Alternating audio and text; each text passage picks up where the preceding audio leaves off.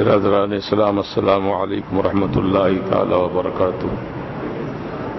الحمد للہ رب العالمین، والصلاة والسلام على سیدنا سید الانبیاء وسید المرسلین وعلى آلہ الطیبین الطاہرین وأصحابه الكرام أجمعين وعلى كل من هو محبوب ومرضي لديه صلاة تبقى وتدوم بدوام الملك الحي القيوم. أما بعد، فأعوذ بالله من الشيطان الرجيم. بسم اللہ الرحمن الرحیم. انما يريد الله ليذهب عنكم الرجس اهل البيت ويطهركم تطهيرا. صدق الله العظيم وبلغنا رسوله النبي المتين امین الکریم. بادہ توحید کے متوالو، شمع رسالت کے پروانوں، غوث و خواجہ و رضا کے دیوانوں، آئیے ہم سب مل کر عقیدت و محبت کے ساتھ، کامل توجہ اور بھرپور وارفتگی کے ساتھ ہمارے اور آپ کے ساری کائنات کی آقا و مولا، مدنی دلہا، تاجدار عرب و عجم، صاحب لطف و کرم، باعث تخلیق آدم و بنی آدم، اللہ کے حبیب، انبیاء کے خطیب، زخم خوردہ انسانیت کے طبیب، ارواحنا فدا حضور احمد مجتبی محمد مصطفیٰ صلی اللہ تبارک و تعالی علیہ وآلہ وسلم کی بارگاہ بے کس پناہ میں ہدیہ درود و سلام پیش کریں. اللہم صلی وسلم وبارک علی سیدنا و شفیعنا ونبینا ومولانا محمد کما تحب وترضى بأن تصلی علیہ صلاة وسلام علیک سیدی یا حبیبی یا رسول اللہ صلی اللہ تعالی علیہ وسلم. حضرات گرامی، قرآن مقدس کی جو آیت مبارکہ کی میں نے تلاوت کا شرف حاصل کیا، یہ عظمت اہل بیت پر اللہ تعالی کا واضح بیان جو ہم سب ایمان والوں کے لیے حرز جاں ہے. یقیناً سرکار دو عالم سید عالم صلی اللہ تبارک و تعالی علیہ وسلم کی ذات پاک تو بے مثال ہے ہی ہے. آپ سے منسوب جو چیزیں ہیں وہ بھی سب الحمدللہ بے مثل و بے مثال ہے. حضور پاک صلی اللہ تعالی علیہ وسلم کو اللہ تعالی نے اپنی پوری کائنات میں یکا و تنہا بنایا ہے. اسی لیے میرے اعلیٰ حضرت فرماتے ہیں، وہی رب ہے جس نے تجھ کو ہمتن کرم بنایا، ہمیں بھیک مانگنے کو تیرا آستاں بتایا. تجھے حمد ہے خدایا، تجھے حمد ہے خدایا. یہی بولے سدرا والے، چمنے جہاں کے تھالے، سبھی میں نے چھان ڈالے، تیرے پائے کا نہ پایا. سرکار آپ کا جو مقام و مرتبہ ہے، ایسا مقام ہم نے کسی کا اور پایا ہی نہیں. فرماتے ہیں اعلیٰ حضرت رضی المولا تعالی عنہ، یہی بولے سدرا والے. سدرا والے کون ہیں؟ سیدنا جبریل امین. اور آپ کی رسائی ساتوں آسمانوں میں ہے، آپ کی رسائی ساتوں زمینوں میں ہے، آپ کی رسائی مشرق و مغرب میں ہے، آپ کی رسائی شمال و جنوب میں ہے. گویا اللہ تعالیٰ نے آپ کو پوری کائنات میں متصرف فرمایا ہے، اور اللہ تعالیٰ کے کرم سے جبریل علیہ السلام جہاں چاہتے ہیں تشریف لے جاتے ہیں. وہ فرما رہے ہیں، یہی بولے سدرا والے، چمنے جہاں کے تھالے. چمنے جہاں یعنی دنیا، اور دنیا کی ساری چیزیں، زمین آسمان سب کچھ میں نے چھان ڈالے، تیرے پائے کا نہ پایا۔ یا رسول اللہ، آپ کا جو مقام مرتبہ ہے، ایسا مقام میں نے کسی اور کا پایا ہی نہیں۔ حقیقت کیا ہے پھر؟ حقیقت یہی ہے، تجھے یک نے یک بنایا، تجھے حمد ہے خدایا، تجھے حمد ہے خدایا۔ اللہ ایک ہے، وہ خالق ہے، مصطفیٰ پیارے بھی ایک ہیں، مخلوق اول ہے، بے مثال ہے، بے مثل ہے، ان جیسا کائنات میں کوئی دوسرا ہے ہی نہیں۔ تو اللہ تعالیٰ بھی بے مثال ہے، اس کے پیارے محبوب بھی بے مثال ہے۔ اب فرق کیا ہے دونوں میں؟ بے مثال ہونے میں۔ اب یہ وہابی فرقہ جو ہے، یہ عقل کے اندھے ہوتے ہیں، یہ کہتے ہیں دیکھو اللہ کو بھی بے مثال مانا انہوں نے، سنیوں نے رسول کو بھی بے مثال کہہ دیا، شرک ہو گیا۔ شرک تو ایسا زبان پہ ان کی جاری رہتا ہے، ہر لمحہ بلمحہ شرک کا فتویٰ تیار رہتا ہے کہ شرک ہو گیا، اللہ بھی بے مثال، رسول بھی بے مثال۔ ارے نادان، اللہ بھی تو زندہ ہے، تو بھی زندہ ہے، شرک ہو گیا نا۔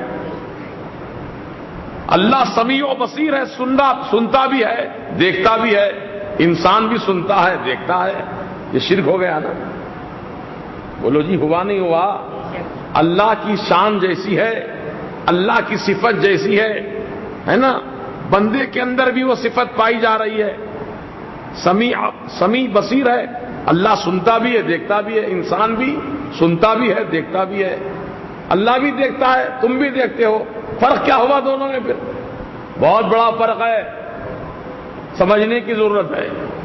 بتلاؤں تمہیں کیسے، کیا کیا نظر آتا ہے جس کی نظر جیسی ویسا نظر آتا ہے۔ اللہ دیکھتا ہے، وہ کسی کے دکھائے سے نہیں دیکھتا ہے، خود اپنے آپ دیکھتا ہے۔ اور ہم جو دیکھتے ہیں، اللہ تعالیٰ نے ہم کو دکھایا تو ہم دیکھ رہے ہیں۔ تو ہمارا دیکھنا خدا کی عطا سے ہے، خدا کی دین سے ہے۔ کسی کی آنکھ کو اللہ اندھا کر دے، دیکھ سکے گا؟ اللہ تعالیٰ دکھا رہا ہے تو دیکھ رہے ہیں۔ تو ایسے ہی تمام صفات بندے کے اندر بھی ہیں، اور تو وہ صفات جو ہیں وہ اللہ کی عطا سے ہیں۔ جیسے زندہ، اللہ حی، زندہ ہے، بندہ بھی زندہ ہے، میں بھی زندہ ہوں، آپ بھی زندہ ہیں۔ شرک ہو گیا؟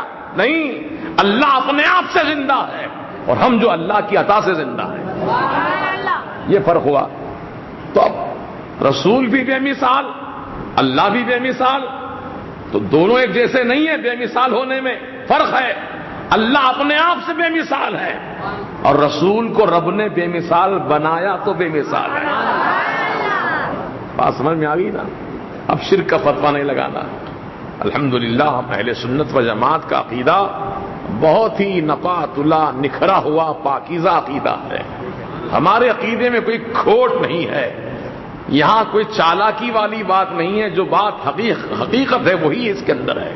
الحمدللہ اب اہل سنت و جماعت والے بڑے خوش نصیب ہیں کہ اللہ پاک نے ہم کو مذہب حق پر قائم رکھا ہے، اور دعا یہی کرو کہ مولا تعالی زندگی پوری اسی مذہب حق پہ گزارنے کی توفیق عطا فرما، اور جب دنیا سے جانے کا وقت ہو تو مولا اپنا دیدار بھی عطا فرما، اپنے رسول کا جلوہ بھی عطا فرما، اور ایمان کے ساتھ دنیا سے اٹھا۔ دیکھیے، دیدار کی بات ہوئی ہے تو ایک بات آپ کو بتا دوں، محبت جس کے دل میں ہوگی اللہ اور اللہ کے رسول کی، یقیناً وہ دیدار سے مشرف ہوں گے۔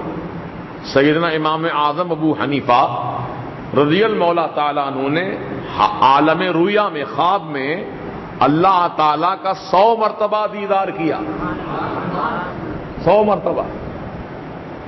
ہم میں سے کوئی بھی ایک ایسا نہیں جو اللہ کا دیدار کیا، عالم خواب میں ہی صحیح، کوئی ہے دیدار کرنے والا، لیکن یہ محبت کی بات ہے۔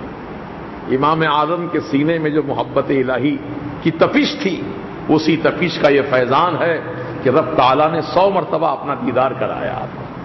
جب اللہ کا دیدار 100 مرتبہ کیا آپ نے تو رسول پاک کا نہ جانے کتنی مرتبہ دیدار کیا ہوگا، ہے نا؟ جب اللہ کے دیدار کا یہ عالم ہے تو رسول پاک کا دیدار تو الحمدللہ آپ کو ہر لمحہ حاصل تھا۔ یہ کیفیت محبت والوں کو حاصل ہوا کرتی ہے، اور محبت زبان سے نہیں ہوتی ہے، محبت دل سے ہوتی ہے۔ زبان سے کہنے سے میں حضور کا چاہنے والا ہوں، میں حضور سے محبت کرنے والا ہوں، بولنے کی ضرورت نہیں ہے جی۔ بغیر بولے آدمی حضور کی محبت کو اپنا لے اور دل سے حضور پاک علیہ السلام کو چاہے، محبت کرے، اور ایسی محبت جس کو ہم الفاظ میں بیان نہیں کر سکتے ہیں، الفاظ میں بیان نہیں کر سکتے ہیں، محبت کا تعلق قلب سے ہوا کرتا ہے۔ اب آپ خود اپنی اولاد سے محبت کرتے ہیں تو کوئی بتاتا ہے آپ کو ایسے محبت کرو، ایسے نہیں، دل کا معاملہ ہے۔ دل میں آ گیا کہ بچے کو سینے پہ بٹھا لو، بٹھا لیا آپ نے، یہ محبت ہے۔ طبیعت چاہیے آپ کی کہ میرے بیٹے کو سر پہ بٹھا لوں، آپ نے سر پہ بٹھا لیا، یہ محبت ہے آپ کی۔ کسی نے کہا آپ کو، کوئی کتاب میں لکھا ہوا ہے بچے کو سر پہ بٹھاؤ، سینے پہ بٹھاؤ؟ نہیں، کوئی ایسا حکم ہے؟ محبت کہتی ہے، محبت کرواتی ہے تو بندہ کرتا ہے۔ تو ایسے ہی جب معاملہ اولاد کا، باپ کا بیٹے کا نہیں ہے، یا معاملہ رسول اور امتی کا ہے، امتی اپنے آقا و مولا سے بے پناہ محبت رکھے۔ اب وہ محبت کیسی ہونی چاہیے؟ اب یہ محبت کا سلیقہ سیکھنا ہو تو اعلی حضرت سے سیکھو۔ سبحان اللہ، میرا تن من دھن سب پھونک دیا حضور کی محبت میں، اور واقعتاً ایسا کیا اعلی حضرت میں، صرف زبانی دعویٰ نہیں ہے، معاذ اللہ، حقیقت میں آپ نے اپنا سب کچھ قربان کیا رسول پاک کی محبت۔ اللہ اکبر۔ سیرت اعلی حضرت کا مطالعہ کرو تو پتہ چلے گا۔ کوئی سادات جو غریب تھے، سید تھے، مانگنے کے لیے آئے کچھ مدد۔ اعلی حضرت کو جب یہ علم ہو گیا کہ یہ سید ہیں، سرکار کی آل سے ہیں، تو میرے اعلی حضرت نے عرض کیا، سید صاحب آپ میرے آقا کی آل پاک میں سے ہیں، آپ کو مدد نہیں بلکہ مہینہ فقیر اپنی طرف سے وظیفہ عطا کرے گا۔ اللہ، وظیفہ دیا آپ نے، وظیفہ کہا یہ آپ کا حق ہے، آپ سید ہیں۔ یہ محبت کیوں ہوئی سید سے؟ کیونکہ رسول اصل سے محبت ہے، اصل سے محبت ہے تو رسول کی آل سے بھی محبت ہے۔ جو اصل ہی کو نہیں چاہتا ہو وہ آل سے کیا محبت کرے گا، ہے نا؟ تو اس لیے آج خصوصاً اہل بیت کے تعلق سے میں آپ کے سامنے تذکرہ خیر کرنا چاہتا ہوں۔ قرآن کی روشنی میں اللہ سبحانہ و تعالیٰ نے ارشاد فرمایا، انما یرید اللہ جزی نیست، یعنی اس کے سوا کوئی اور چارہ ہی نہیں ہے۔ انما کلمہ حصر ہے، اس کے معنی آتے ہیں یہی ہے، حقیقت یہی ہے، اس کے سوا کوئی چارہ نہیں ہے۔ کیا ہے؟ یرید اللہ، اللہ تعالیٰ نے اس بات کا ارادہ فرما ہی لیا۔ کس بات کا ارادہ؟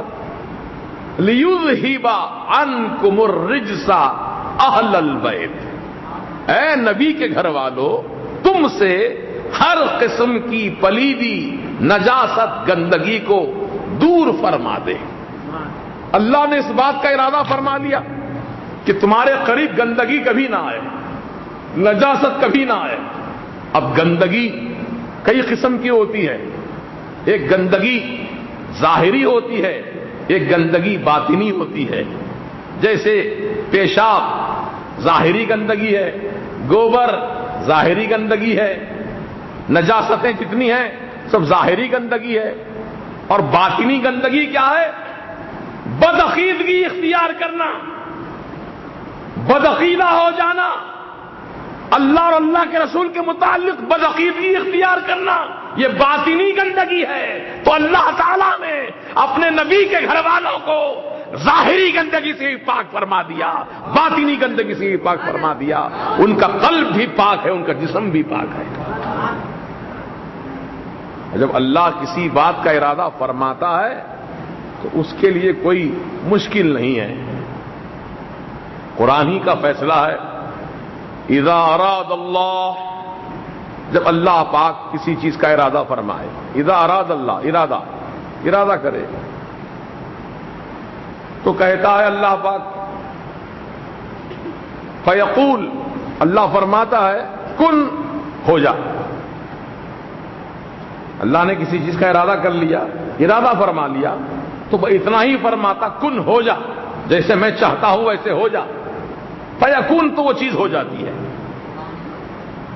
وہاں دیر نہیں ہے، کن فیکون کا معاملہ ہے، ہو جا، وہ چیز ہو گئی، ہو جا۔ کتنی دیر لگی؟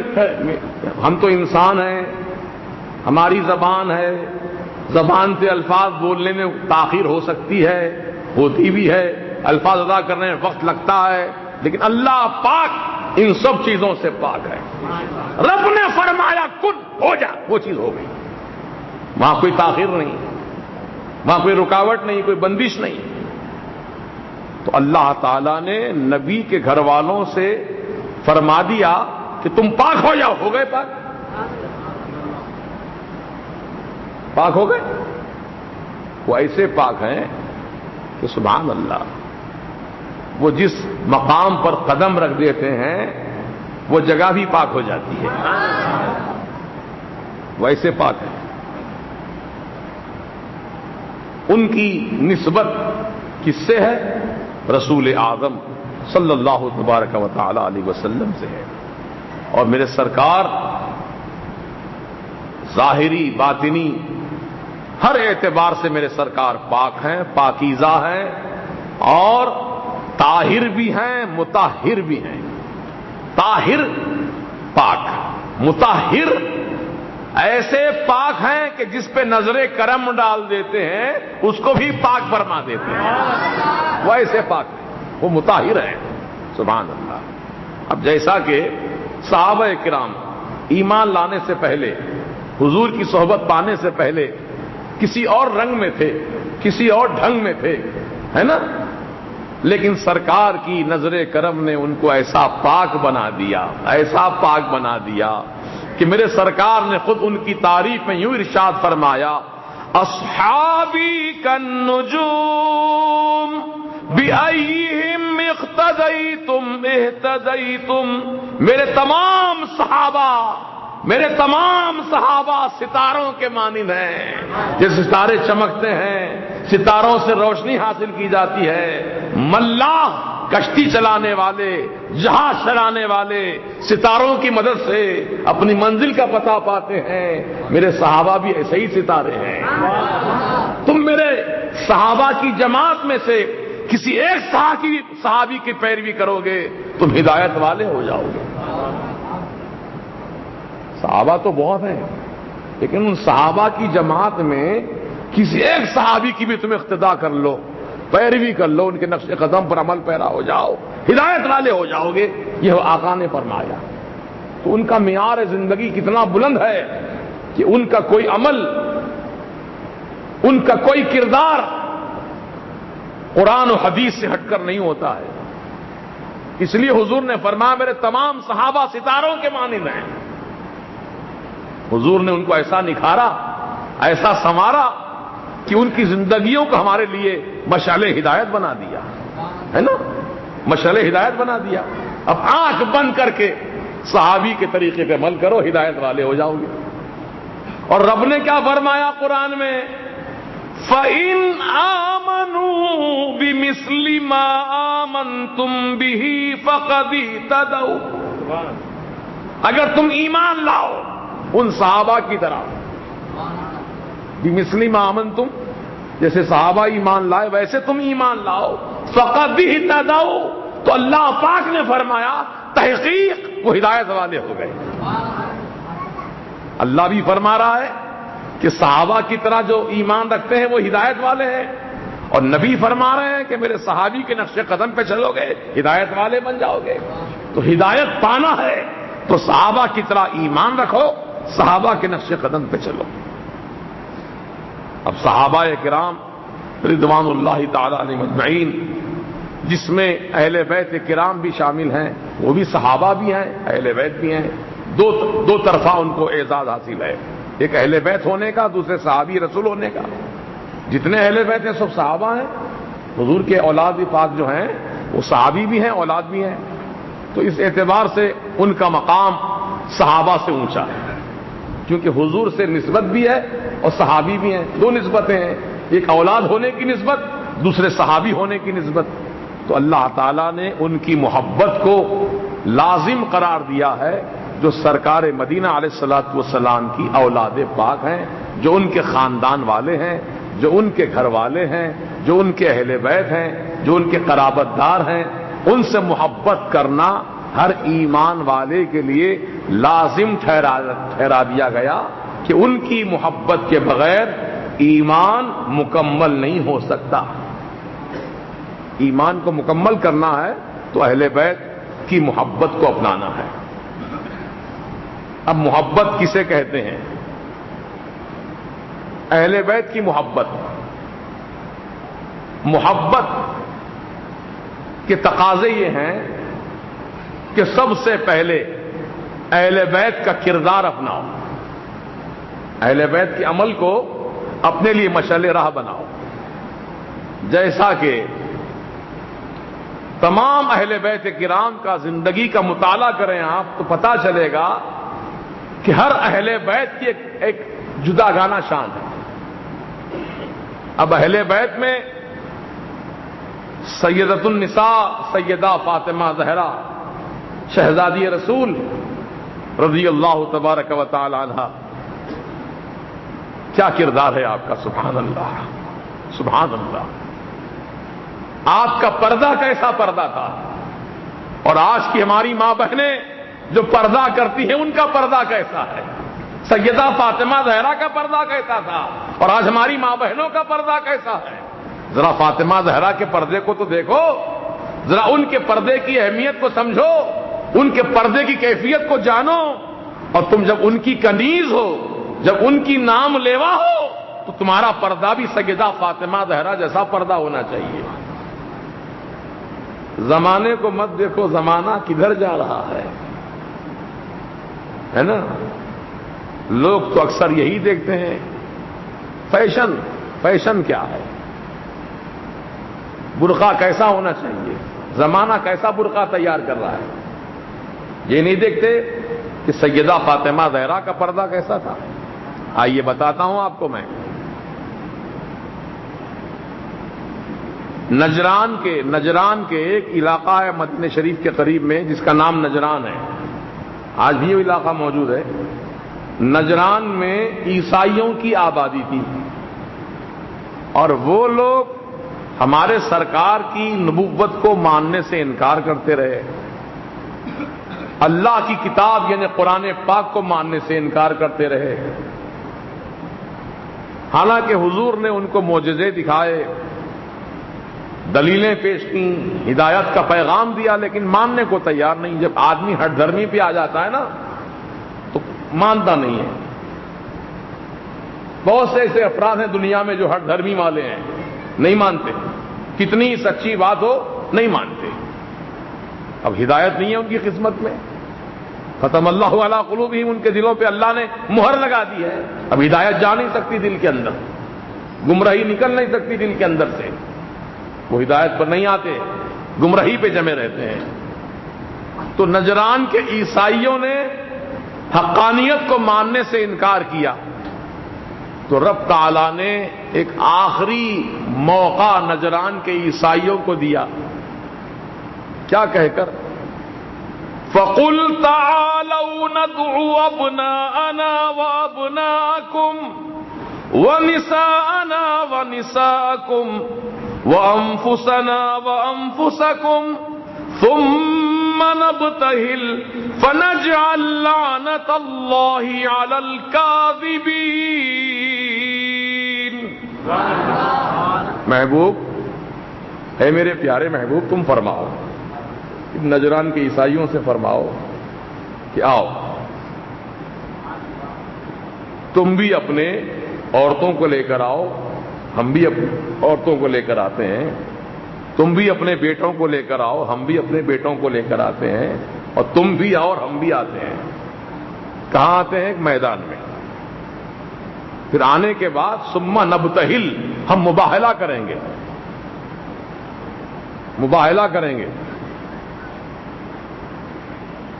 مباہلہ حق کو منوانے کا ایک آخری طریقہ اور آخری راستہ ہے۔ بحث ہوتی ہے، اس کو مباحثہ کہتے ہیں۔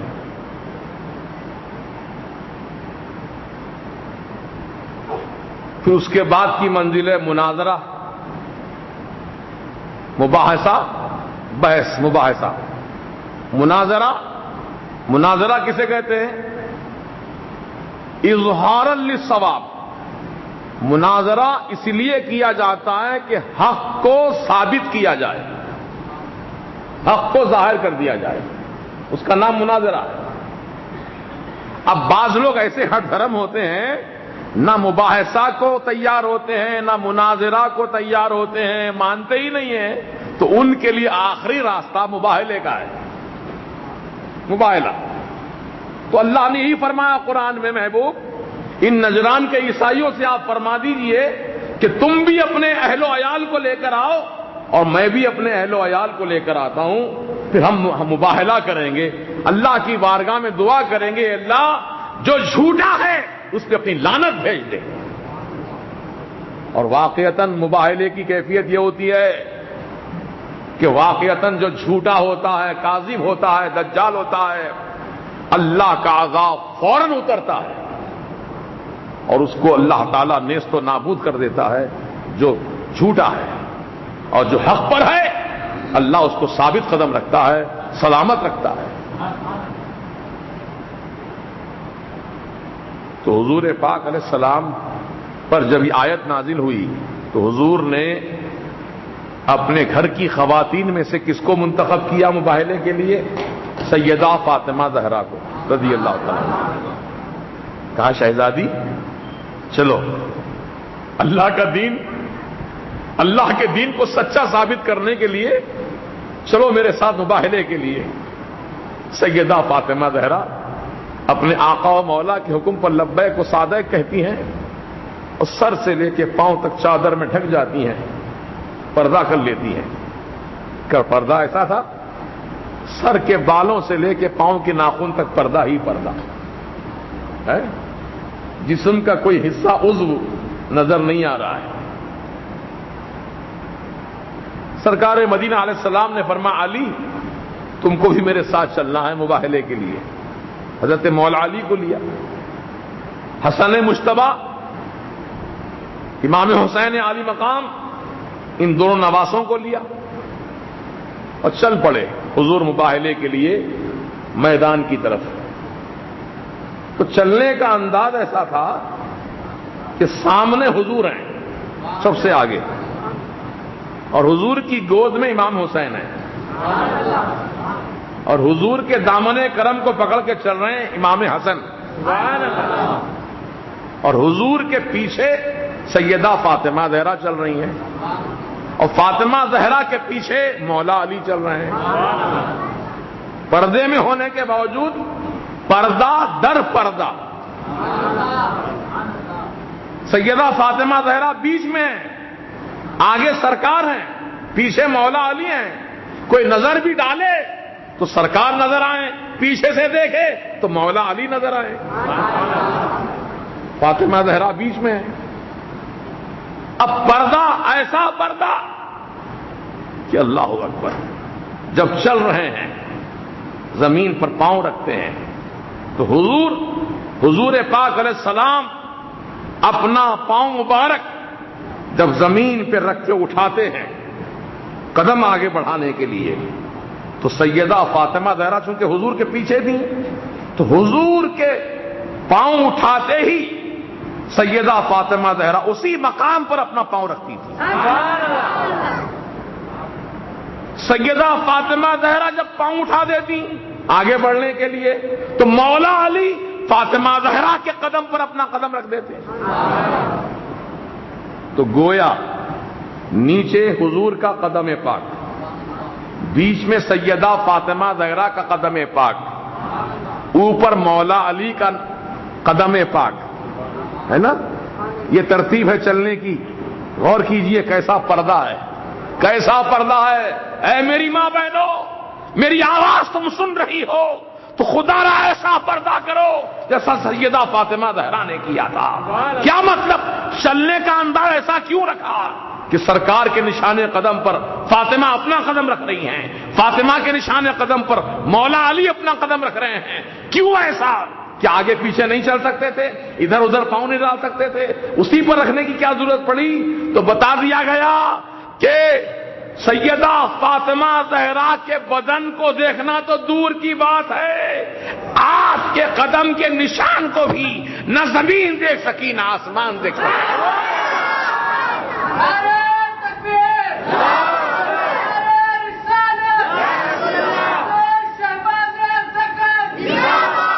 ایسا پردہ تھا ان کا کہ جسم تو درکجا، ان کا نشان قدم بھی کوئی دیکھ نہ پائے۔ اللہ اکبر۔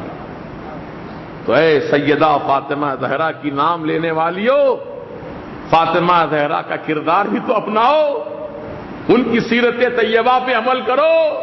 یہ محبت کے تقاضے ہیں، یہ محبت کے تقاضے ہیں کہ آدمی جس کو چاہتا ہے اس کا طریقہ بھی اپناتا ہے نا؟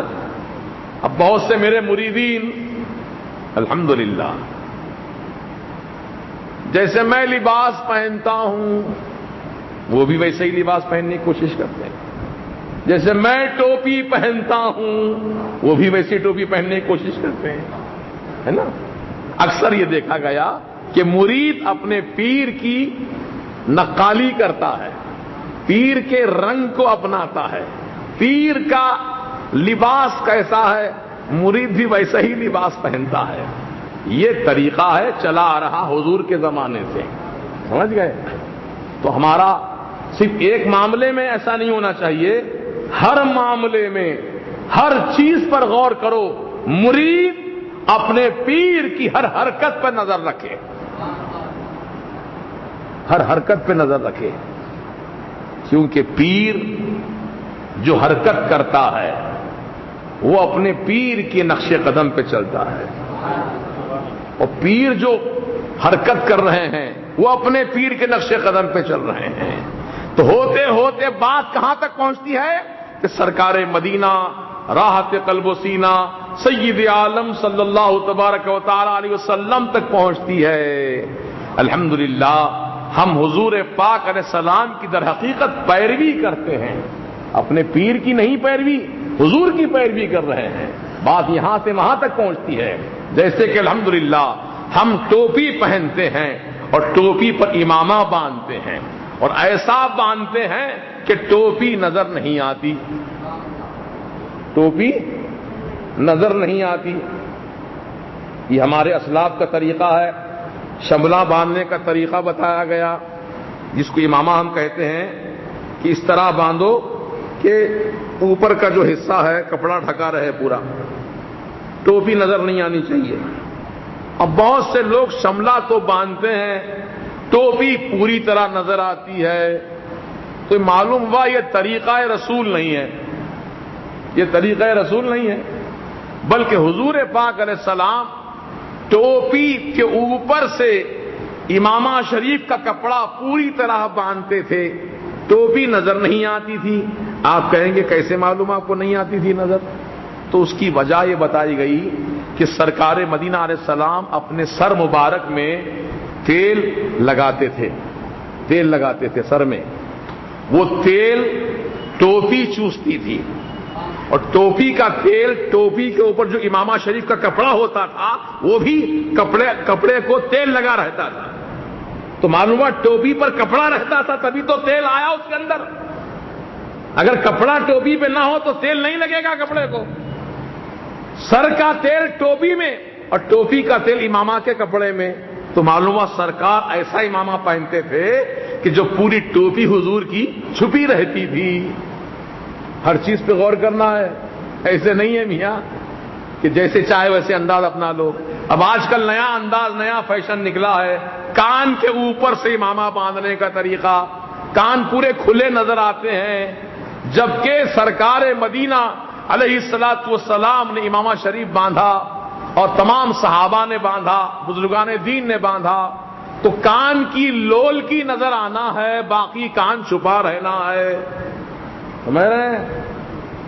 کان کی لول کی نظر آنا ہے اور کان آدھے چھپے رہنا ہے. امامہ شریف کا کپڑا کان کے اوپر سے آنا ہے، کان چھپا رہے. اب جو اوپر اوپر سے باندھتے ہیں یہ طریقہ خلاف سنت ہے. سمجھ گئے؟ لوگ عمل کریں تو کم از کم اس عمل میں صحیح راستہ اختیار کریں تاکہ ثواب کے حقدار بن جائیں. ہے نا؟ اب جیسا سر پہ بال رکھتے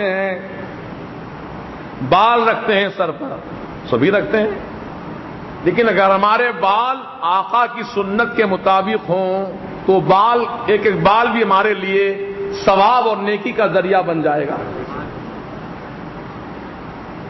حضور پاک علیہ السلام کے بال کان کی لو تک یا پھر مونڈھے شریف تک اتنے لمبے ہوتے تھے، اس کے آگے نہیں. اگر بڑھ جائیں تو حضور اس کو تراش لیا کرتے تھے، ترشوا لیتے تھے، یا تو کان کی لو تک یا مونڈے شریف تک. اب اس سے زیادہ لمبے رکھنے کا حکم نہیں ہے. چوٹی عورتوں کی ہوتی ہے، مردوں کی نہیں. اب حضور بندہ نواز گیسو دراز کہتے ہیں، لمبے گیسو اور چوٹی کی طرح تھے آپ کے، ایک لٹ کی. وہ کیوں؟ وہ آپ نے کیوں رکھے لمبے؟ تو آپ کے پیر و مرشد سیدنا خواجہ نصیر الدین چراغ دہلوی جب دکن کی سرزمین پر دلی سے تشریف لائے تو سید محمد حسینی خواجہ بندہ نواز اپنے پیر و مرشد کے استقبال کے لیے گئے تھے. پیر و مرشد یا تو گھوڑے پر تھے یا پالکی میں تھے.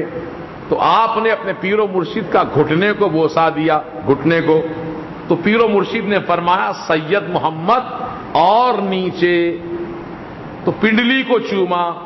پھر پیر نے فرمایا اپنے مرید سے اور نیچے، تو پیر کے قدموں کو چوما. پھر فرمایا اور نیچے.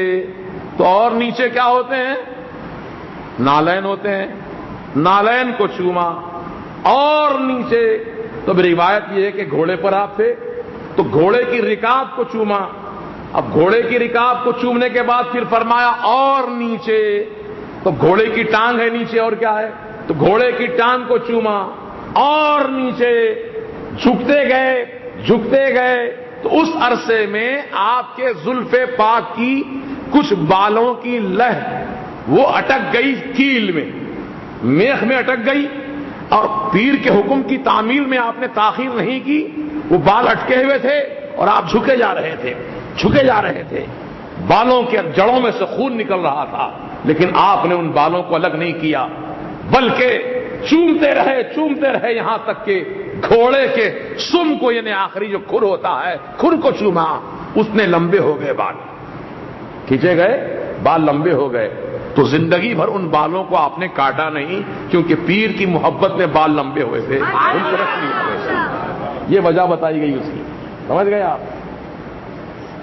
اور فرماتے ہیں حضور سیدنا بندہ نواز گیسو دراز رضی اللہ تعالیٰ عنہ کہ جتنی مرتبہ میں جھک کر بوسہ لیتا رہا، ہر ایک بوسے میں میرے پیر نے مجھ کو ایک منزل طے کرا دی. جتنے بوسے لیے اتنی منزلیں آگے بڑھا دیا. سبحان اللہ.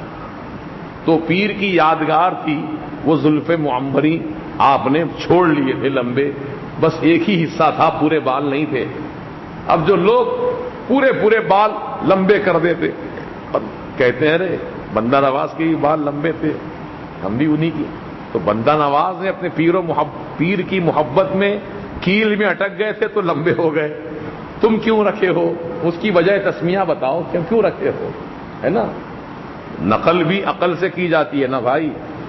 نقل میں بھی عقل کی ضرورت ہوتی ہے. ہاں، ایسی نقل کرو جو واقعتاً صحیح ہو. اب صحابہ کرام کا عمل، حضور پاک علیہ السلام کا عمل یہی، یا تو کان کی لو تک یا مونڈے تک زلف معمری ہوتے تھے، یا تو بیچ میں سے مانگ نکالتے تھے یا پورے بالوں کو پلٹا لیا کرتے تھے. لیکن آج کل ہم دیکھتے ہیں ٹیڑھی مانگ نکالنے کا رواج عام ہے. چاہے مرد ہو کہ عورت، سب ٹیڑھی مانگ نکالتے ہیں. انہیں بالوں میں ایسی مانگ نکالتے ہیں جو سیدھی نہیں ہوتی ہے، بیچ میں نہیں ہوتی ہے، سائڈ میں ہوتی ہے. یہ خلاف سنت ہے.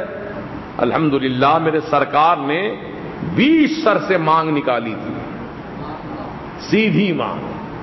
ایسے معلوم ہوتا تھا کہ الحمدللہ کہ سرکار مدینہ علیہ السلام کے زلف معمبری 2 حصوں میں تقسیم ہیں، آدھے سیدھی جانب ہیں، آدھے بائیں جانب ہے، بیچ میں شفاعت کی سڑک نظر آ رہی ہے. سرکار کی معمبری زلف معمبری ایسے تھے کہ ہم بھی سرکار کی اتباع میں ایسے بال رکھیں تو بال رکھنا بھی آپ کے لیے اجر و ثواب کا ذریعہ بن جائے گا. یہ انگریزی بال جو بنواتے ہیں خشخشی، یعنی ادھر سے تھوڑے چھوٹے ادھر سے زیادہ لمبے، یہ طریقہ غلط ہے. بلکہ بال سر کے ایک لیول میں ہونا چاہیے، یا تو چھوٹے رکھیے لیول میں، ایک لیول رکھیے، یا بڑے رکھ رہے ہیں تو بڑے ایسے رکھیے کہ کان کی لو تک آ جائیں. اسی لیے کسی عاشق صادق نے کیا خوب کہا ہے، سن لیجئے، آپ کی ایمان تازہ کر لیجئے. فرماتے ہیں قول صحیح تو ہے یہی، کانوں کی لو تلک تھے بال. قول صحیح تو ہے یہی، کانوں کی لو تلک تھے بال. بیضانما تھی برملا، صلی علی محمد. برملا کسے کہتے ہیں؟ بیضانما برملا، یعنی سرکار کی گردن شریف جو ہے بالکل انڈے کی طرح سفید تھی. بیضا انڈے کو بولتے ہیں نا، بیضا. تو حضور کی گردن مبارک جو ہے اتنی چمکدار سفید گردن، اور اس پر یہ مبارک بال.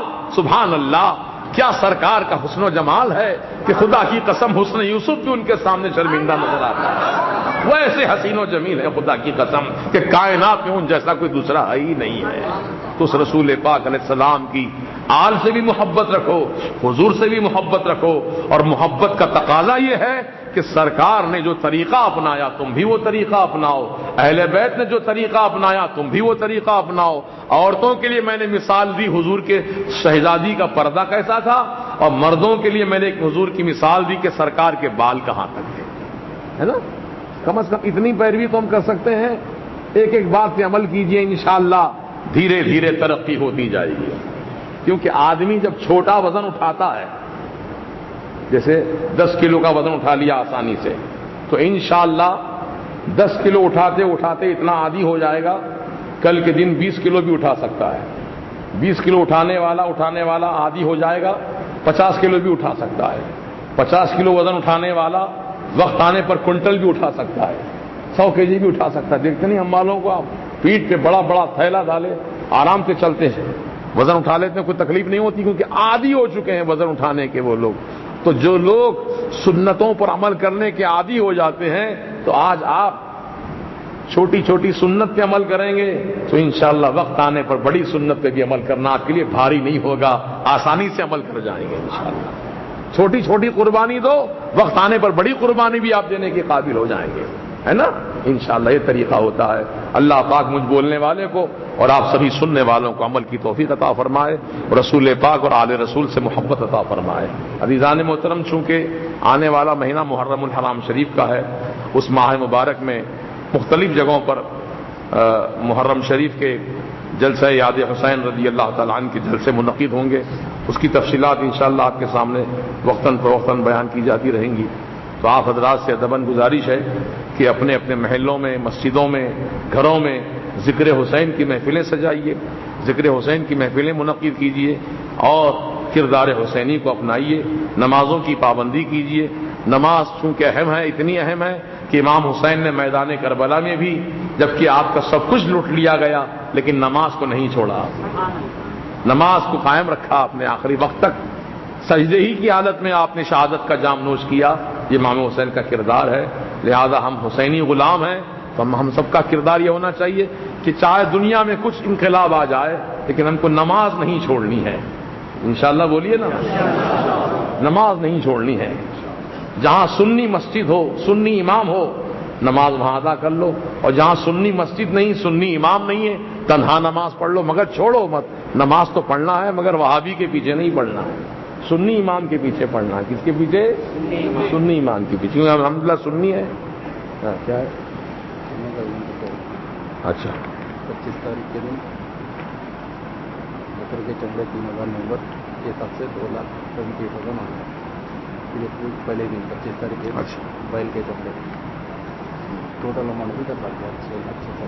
حضرات گرامی, جو عید الاضحیٰ کے موقع پر شرم قربانی وصول ہوئے تھے, ایک خصوصی میٹنگ رکھی گئی تھی گزشتہ اتوار کو, لیکن حساب کتاب مکمل واضح طور پہ نہ ہونے کی وجہ سے اعلان نہیں کیا جا سکا تھا. لیکن ابھی آج مکمل حساب کتاب پیش کر دیا گیا ہے. انہیں پہلے دن یعنی 25 تاریخ کو عید الاضحیٰ تھی, تو بکرے کے چمڑے جو وصول ہوئے 3,090 روپے 90 چمڑے وصول ہوئے, اور چمڑے کی قیمت تو بہت کم تھی, 90 روپے کے حساب سے ایک چمڑا بکا ہے. تو اس اعتبار سے 2,78,100 روپے چرم قربانی بکرے کے چرم کی قیمت وصول ہوئی. اور بڑے جانور انہیں بیل کی جو کھالیں وصول ہوئیں وہ 300 کھالیں وصول ہوئیں الحمدللہ, 300, جس کی قیمت فی چرم 800 روپے تھی. اس طریقے سے 2,40,000 روپے بیل کے چمڑوں کے وصول ہوئے.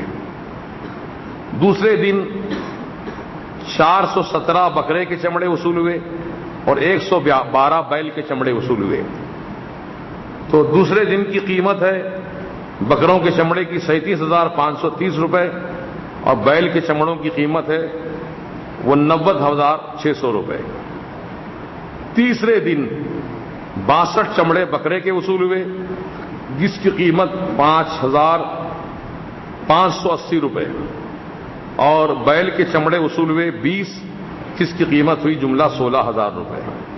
اس طریقے سے 3 دن کا چرم قربانی کا حساب اس طریقے سے ہے 6,66,810 روپے کی رقم چرم قربانی کے ذریعے حاصل ہوئی مرکز کو الحمدللہ. اب یہ پیسے جو آئے ہیں یہ پیسے ہیلہ شرعی کر کے انشاءاللہ یہ مدرسہ جو بننے والا ہے بچیوں کا, اس مدرسے میں انشاءاللہ پیسے لگائے جائیں گے. ہمارے حساب سے تو یہ کم قیمت ہے بہت, کیونکہ مارکیٹ بہت ڈاؤن تھا اب کی مرتبہ, وجہ بتا چکا ہوں میں آپ کو. بہرحال محنت میں تو آپ نے بہت ساری کی, نوجوان بچوں نے, مریدین نے, معتقدین نے, چاہنے والوں نے اپنے اپنے محلوں سے صبح سے شام تک گھوم پھر کر چمڑے وصول کیے. میں ان سب تمام حضرات کا جنہوں نے چرم قربانی وصول کیا اور جنہوں نے چرم قربانی دیا ادارے کو, مرکز کو, میں ان سب کا تہ دل سے شکریہ ادا کرتا ہوں اور دعا کرتا ہوں کہ مولا تعالیٰ ان سب کو دونوں جہاں میں بہترین جزا عطا فرمائے.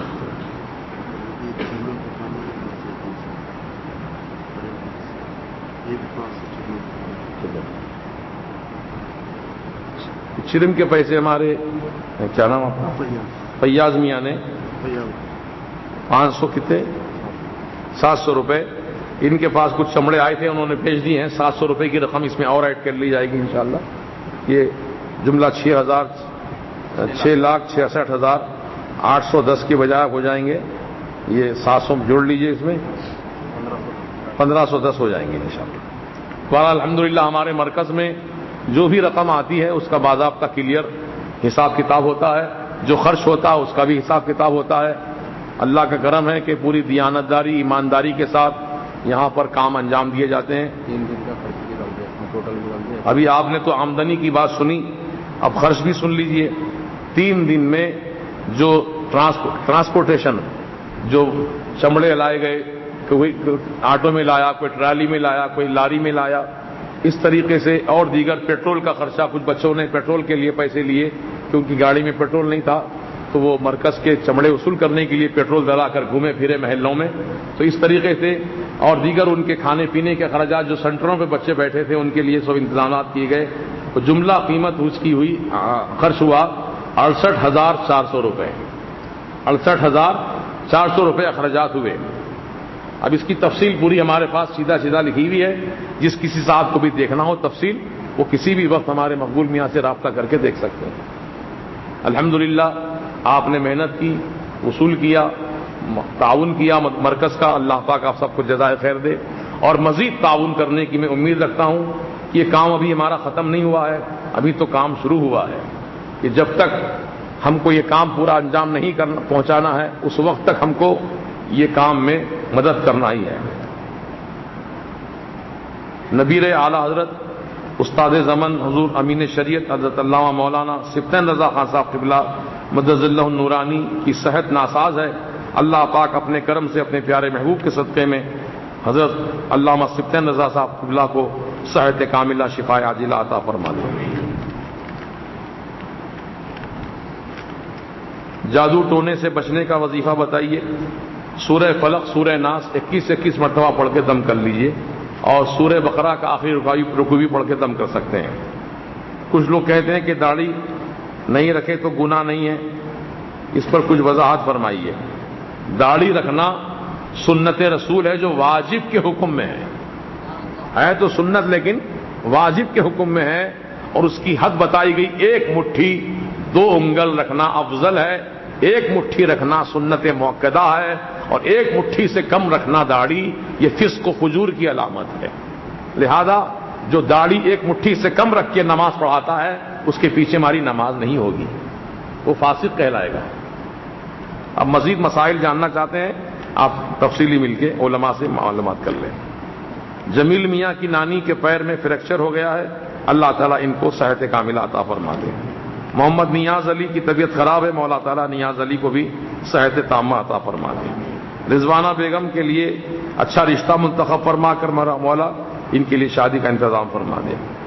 ارم فاطمہ جو 5 سالہ بچی ہے، محمد شیخ کاشف جو 7 سال کے ہیں، ڈینگو بخار سے متاثر ہیں، اللہ پاک ان بچی اور بچے کو اور جتنے بھی مسلمان بیمار ہیں ڈینگو بخار سے یا سوائن فلو سے یا کوئی بھی بیماری ہو، اللہ پاک ان سب کو صحت عطا فرما دے۔